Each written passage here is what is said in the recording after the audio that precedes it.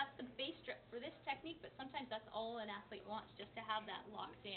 I noticed a lot of you guys were putting your base strips below the styloid processes. You really want to have it right in between that gap, so you're locking it in. The next part of the technique uses half strips, so you can break them in half like this.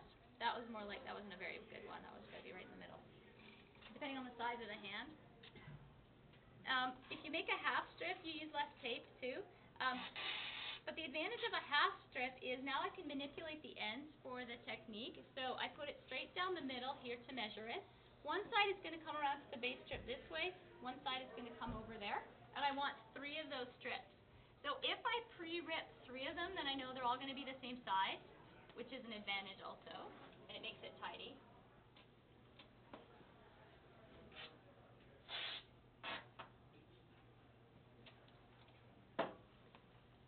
Okay, so it comes straight down the middle.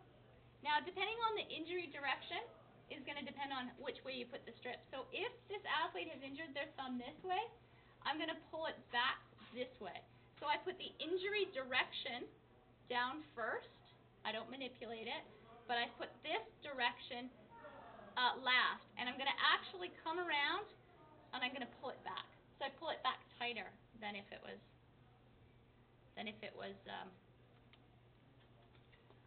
the other way. And then I do the same thing, and I do it 3 times, and I'm moving distal to proximal to distal. I put this direction first. I'm slightly staggering it. This one is going to be pulled back away from the injury direction. And you should be able to cover that up with the saddle, and I'll show you when I do it at the end. This one goes slightly higher because I'm moving more distally, back to my anchor, and then I can pull that one back here. Then I close it off. So you'll need another full strip again for your close off, and you just go back over top of the tape that you did before to tack all those ends down. That's all there is to it.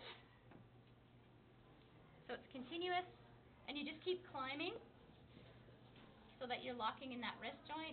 And just flip for me. You want to end back here. And there's not a lot of tape there. This technique is not in your tape package. This one is just one you have to remember. Okay, so you've got enough movement. Hold your hand up like this.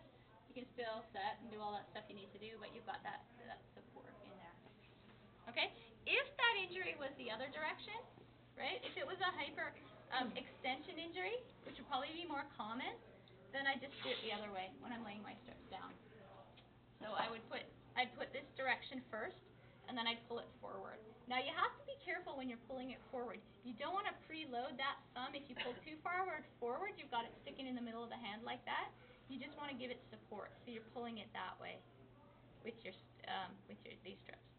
So I'd put this direction first, and then this one I would want to pull it like that so it's tight without preloading it. Okay, any questions on that one? Okay, so that'll be the first one you can try.